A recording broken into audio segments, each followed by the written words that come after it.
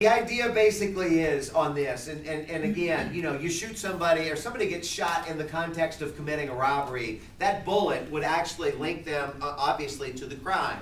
Can the police go in there and get that? Well, no. If the bullet is removed, however, they can get a warrant because now that bullet being out of you is going to actually be in plain view, just like the fingernail polish or the blood would have been on the nails, and as such, they can actually gain access to that. One other thing that I think I had mentioned, the trick on this is, too, if you volunteer evidence. You know, if you're doing your own business and you spit, do the police need a warrant to go get that DNA that you just spit out? Technically, you volunteered it. And so if something happens and you volunteer evidence and the police then go through it without a medical professional, without them forcing you to do something, they actually have access to it. And I think I had mentioned to y'all the chicken gizzards and the collard greens. You know, if we want somebody in the South to go to the bathroom, we'll lock them up for a little bit and give them some chicken gizzards and collard greens. That will clean you out pretty fast. Technically speaking, you are volunteering evidence. I know, Andre, it's really graphic. That will clean you out fast. You will volunteer evidence at that point. You get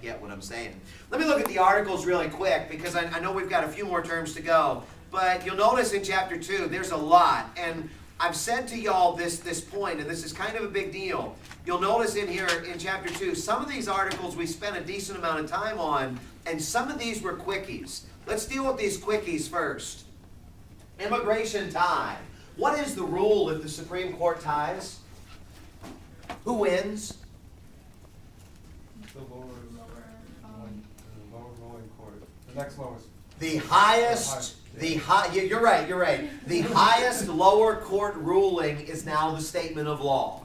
The highest lower court ruling is now the statement of law, and this was from Immigration Tie.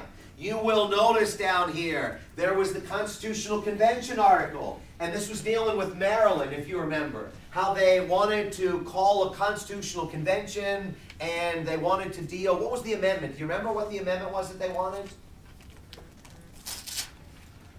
Balanced budget amendment. And do you remember what the U.S. debt actually is right now? Like $20 trillion. It's almost $20 trillion. It may be over that. So Constitutional Convention was a quickie. I need to add in here the one that is dealing with who has the power to declare war.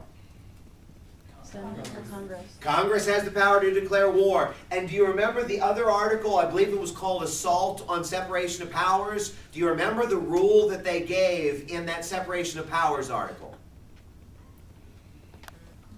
When 2 of the 3 branches agree, then that is, typically they said that when government acts, you need the actions of 2 of the 3 branches. So for example, when Congress passes a law, President signs it. Or President asks for a declaration of war, Congress declares it. Or executive will issue an executive prosecution in court, but the court ultimately rules yes or no. Search warrants, you get the idea. When one branch acts by itself, that's usually not productive. However, when 2 of the 3 branches work together, that's usually when government is basically at its strongest. Do y'all have other questions about some of these articles that are bigger now?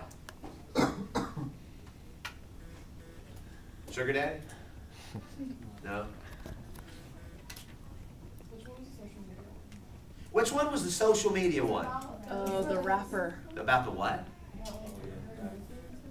It wasn't about any nudes on social media. No, go ahead. It was about the guy who was writing the rap lyrics on Facebook and. Anthony Alonis is E-L-O-N-I-S. I think that's Alonis. Anthony Alonis was the one. And he was actually writing some really graphic lyrics about his soon-to-be ex-wife as they were going through a divorce. I believe he actually also criticized an FBI agent. You remember what he said about her? Some bitch. Ghost bitch or something. I'm gonna turn that bitch ghost, I believe is what he said. Yeah, I know this on tape. And yeah, why you gotta do this to me, Shihab? That's so freaking wrong. Anyway, go back and take a good look at this because I believe I've got 2 articles on there. One that kind of lays out what he was talking about, and then the second one, ultimately, was it legal? It was. Yeah. In this particular case, he had said, well, actually, his wife had brought up charges, and he was convicted initially, and I believe he did some time for this.